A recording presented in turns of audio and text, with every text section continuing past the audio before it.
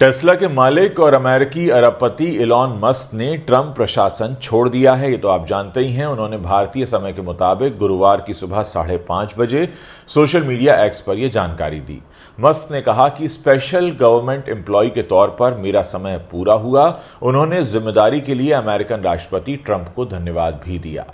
Trump ने Musk को department of government efficiency यानी DOGE का जिम्मा दिया था, जिसका काम सरकार की फिजूल खर्ची पर लगाम कसना था। कहा यह जा रहा है कि अपना कार्यकाल खत्म होने से एक दिन पहले ही उन्होंने ये इस्तीफा दिया है। कुल मिलाकर उनका कार्यकाल खत्म होने वाला था, उससे कुछ ही समय पहले उन्होंने ये इस्तीफा दिया है। देखिए, ट्रंप के बिग ब्यूटीफुल बिल के खिलाफ कहा गया कि मस्क थे। मस्क के इस्तीफे की स्पष्ट वजह तो सामने नहीं आई है, लेकिन वो उस बिल का विरोध कर रहे थे जिसे ट्रंप ने बिग ब्यूटीफुल बताया था। मस्क ने कहा था कि DOGE का मकसद खर्चों में कटौती करना है और ये बिल उसी के खिलाफ है। मस्क राष्ट्रपति चुनाव के कैंपेन के समय से ही ट्रंप के साथ दिख रहे थे और वो उनकी सभी सभाओं में मौजूद रहते थे।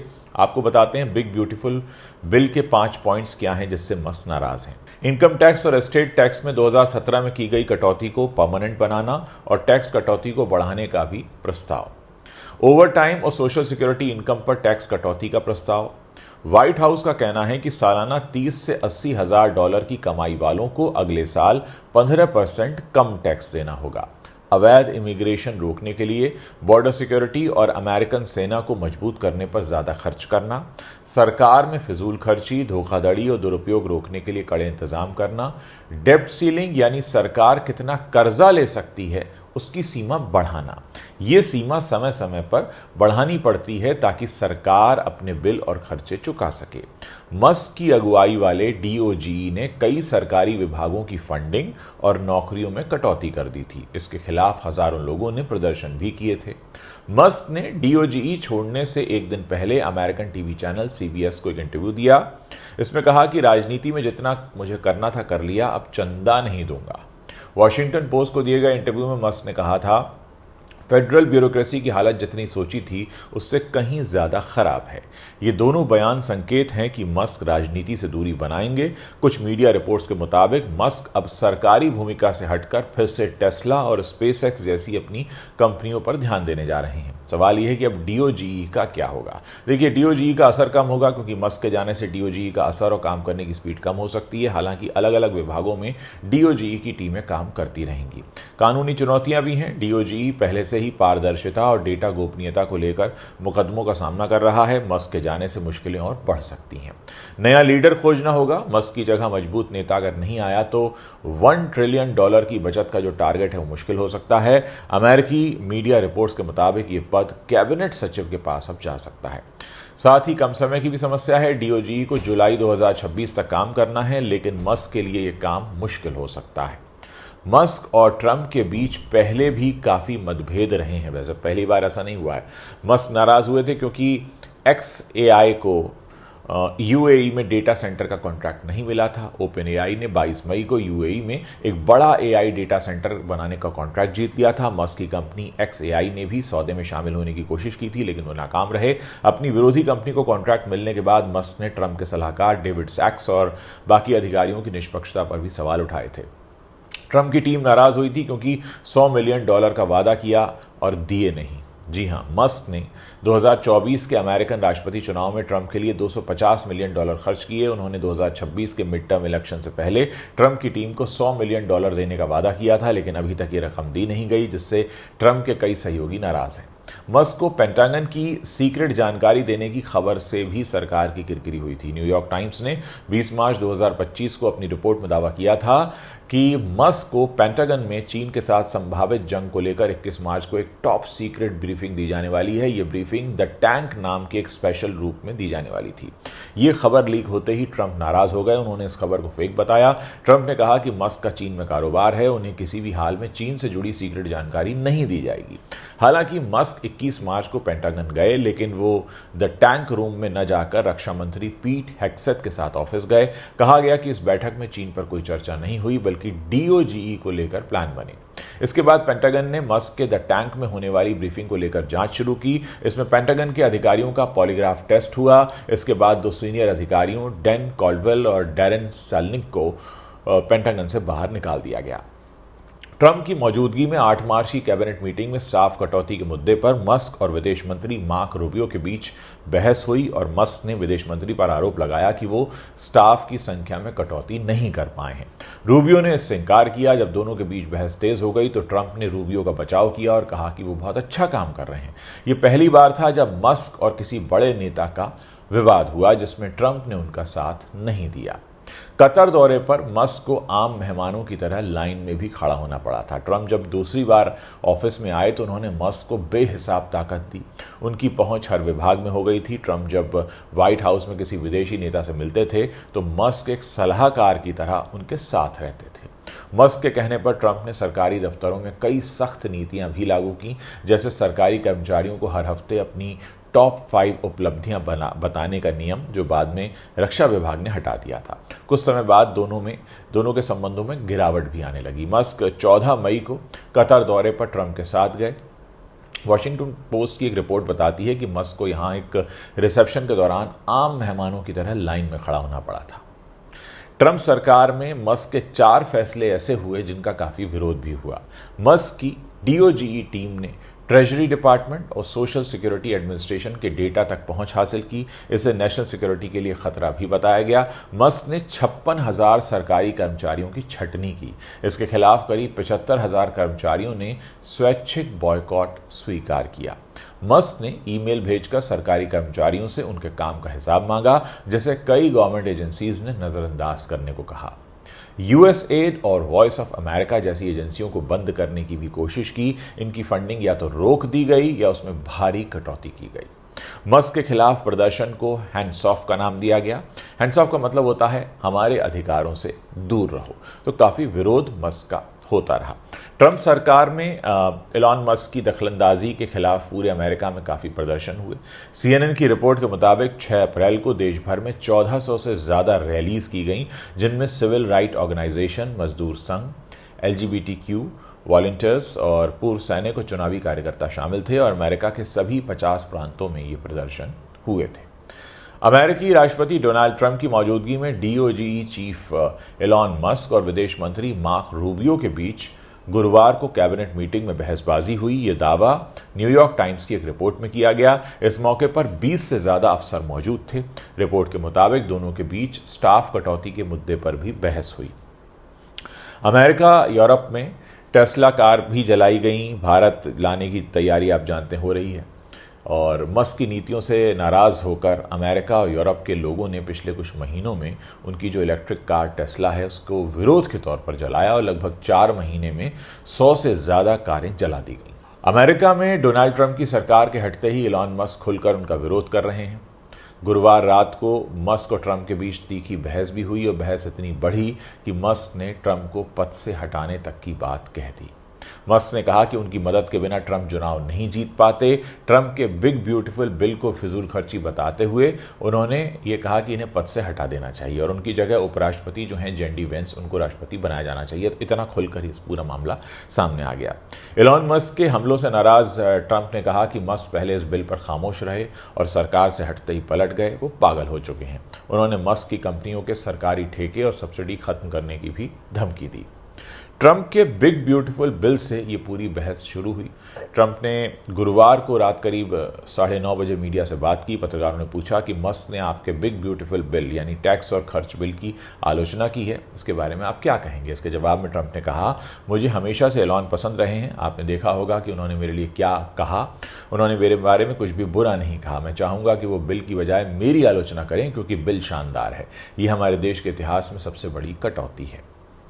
ट्रंप ने आगे ये भी कहा कि एलॉन को इस बिल की पूरी जानकारी थी, शायद यहां बैठे किसी भी इंसान से ज्यादा थी। उन्हें इससे कोई समस्या नहीं थी। उन्हें अचानक दिक्कत तब हुई जब पता चला कि हमें इलेक्ट्रिक व्हीकल यानी ईवी मैंडेट में कटौती करनी होगी क्योंकि इसमें अरबों डॉलर का खर्च है।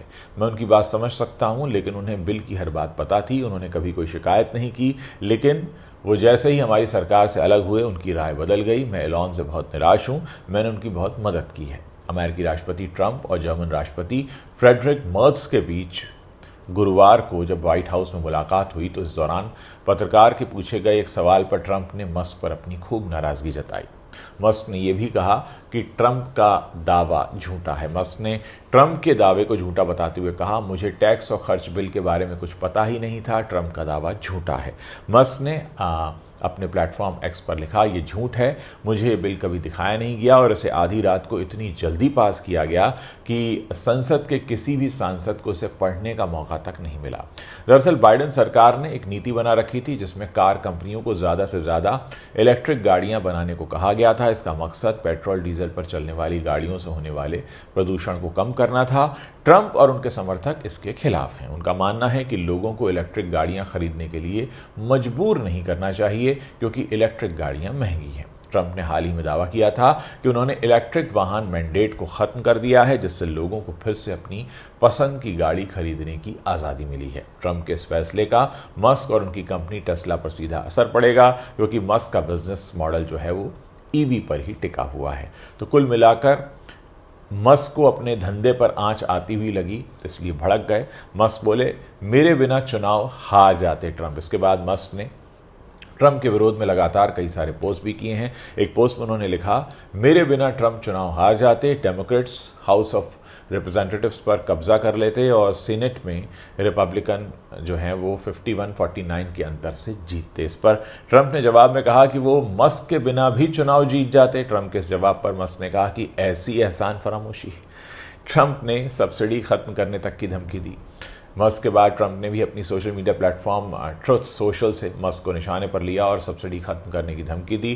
ट्रंप ने ट्रुथ सोशल पर लिखा, एलॉन मेरे लिए परेशानी बन रहे थे, मैंने उन्हें जाने के लिए कहा, मैंने उनका इलेक्ट्रिक वाहन यानी ईवी मैंडेट खत्म कर दिया जो लोगों को ऐसी इलेक्ट्रिक कारें खरीदने के लिए मजबूर करता था जिन्हें कोई नहीं चाहता था। उन्हें महीनों से पता था कि मैं ऐसा करूंगा और अब वो पागल हो गए।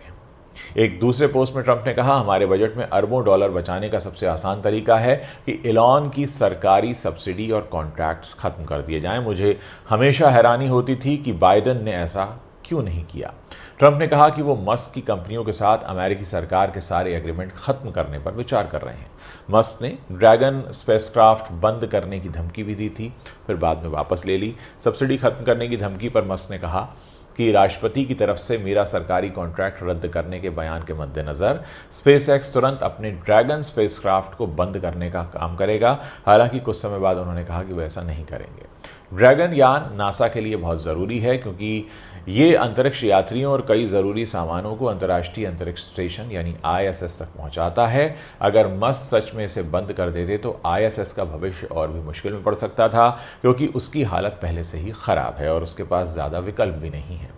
मस्क ने एक दूसरे पोस्ट में लिखा, सरकार ने इलेक्ट्रिक व्हीकल और सोलर एनर्जी की छूट तो कम कर दी लेकिन ऑयल गैस कंपनियों को मिल रही मदद को वैसे ही रहने दिया है जो कि बहुत गलत है। इसके साथ ही इस बिल में बहुत फालतू खर्च भी जोड़े गए हैं जिन्हें हटाना चाहिए। इतिहास में ऐसा कोई कानून नहीं बना जो साइज में भी बड़ा हो और काम में भी अच्छा हो।